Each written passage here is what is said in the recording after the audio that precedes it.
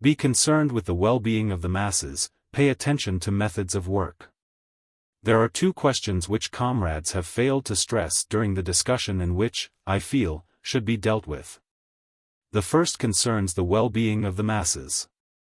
Our central task at present is to mobilize the broad masses to take part in the Revolutionary War, overthrow imperialism and the Kuomintang by means of such war, spread the revolution throughout the country, and drive imperialism out of China. Anyone who does not attach enough importance to this central task is not a good revolutionary cadre. If our comrades really comprehend this task and understand that the revolution must at all costs be spread throughout the country, then they should in no way neglect or underestimate the question of the immediate interests, the well-being, of the broad masses. For the Revolutionary War is a war of the masses. It can be waged only by mobilizing the masses and relying on them. If we only mobilize the people to carry on the war and do nothing else, can we succeed in defeating the enemy? Of course not. If we want to win, we must do a great deal more. We must lead the peasants' struggle for land and distribute the land to them, heighten their labor enthusiasm and increase agricultural production, safeguard the interests of the workers, establish cooperatives, develop trade with outside areas, and solve the problems facing the masses: food, shelter and clothing, fuel, rice, cooking oil and salt, sickness and hygiene, and marriage.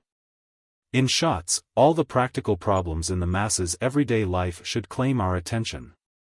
If we attend to these problems, solve them and satisfy the needs of the masses, we shall really become organizers of the well-being of the masses, and they will truly rally round us and give us their warm support. Comrades, will we then be able to arouse them to take part in the Revolutionary War? Yes, indeed we will. Here is the kind of thing we have found among some of our cadres. They talk only about expanding the Red Army, enlarging the Transport Corps, collecting the land tax and selling bonds. As for other matters, they neither discuss nor attend to them, and even ignore them altogether. For instance, there was a time when the Qingchao municipal government concerned itself only with the expansion of the Red Army and with mobilization for the Transport Corps and paid not the slightest attention to the well-being of the masses. The problems facing the people of Qingchao City were that they had no firewood, no salt was on sale because the capitalists were hoarding it, some people had no houses to live in, and rice was both scarce and dear. These were practical problems for the masses of the people of Qingchao, and they eagerly looked to us for help in solving them. But the Qingchao municipal government did not discuss any of these matters. That is why when the new Workers' and Peasants' Representative Council was elected in the city, 100 or more representatives were unwilling to attend after the first few council meetings had discussed only the expansion of the Red Army and mobilization for the Transport Corps, entirely ignoring the well-being of the masses, so that the council was unable to go on meeting. The result was that very little was achieved in regard to the expansion of the Red Army and mobilization for the Transport Corps. That was one kind of situation. Comrades, you have probably read the pamphlets given you about 2 model townships. There the situation is entirely different. What a great number of people have joined the Red Army from Chongkong Township in Kiangsi and Caishi Township in Fujian. In Chongkong 80% of the young men and women have joined the Red Army, and in Caishi the figure is 88%. There has been a big sale of bonds, too, and 4,500 yuan worth have been sold in Chongkong, which has a population of 1,500. Much has also been done in other fields. What accounts for this? A few examples will make the point clear. In Chongkong, when fire broke out in a poor peasant's house destroying 1.5 rooms, the township government appealed to the masses to contribute money to help him. In another instance, 3 persons were starving, so the township government and the Mutual Aid Society immediately gave them rice. During the food shortage last summer, the township government obtained rice from Kunglu County, more than 200 li away, for the relief of the masses. Excellent work was done along these lines in Caishi as well. Such township governments are really models. They are absolutely different from the Qingchao municipal government with its bureaucratic methods of leadership. We should learn from Chongqing and Caishi townships and oppose bureaucratic leaders like those in Tingchao City. I earnestly suggest to this Congress that we pay close attention to the well-being of the masses, from the problems of land and labor to those of fuel, rice, cooking oil and salt. The women want to learn plowing and harrowing. Whom can we get to teach them? The children want to go to school. Have we set up primary schools? The wooden bridge over there is too narrow and people may fall off. Should we not repair it? Many people suffer from boils and other ailments. What are we going to do about it? All such problems concerning the well-being of the masses should be placed on our agenda. We should discuss them, adopt and carry out decisions and check up on the results. We should convince the masses that we represent their interests, that our lives are intimately bound up with theirs. We should help them to proceed from these things to an understanding of the higher tasks which we have put forward, the tasks of the Revolutionary War, so that they will support the revolution and spread it throughout the country, respond to our political appeals and fight to the end for victory in the revolution. The masses in Chongqing say, the Communist Party is really good. It has thought of everything on our behalf. The comrades in Chongqing Township are an example to all of us. What admirable people! They have won the genuine affection of the broad masses, who support their call for war mobilization. Do we want to win the support of the masses? Do we want them to devote their strength to the front? If so, we must be with them, arouse their enthusiasm and initiative, be concerned with their well-being, work earnestly and sincerely in their interests and solve all their problems of production and everyday life, the problems of salt, rice, housing, clothing, childbirth, etc. If we do so, the masses will surely support us and regard the revolution as their most glorious banner, as their very life. In the event of a Kuomintang attack on the red areas, they will fight the Kuomintang to the death.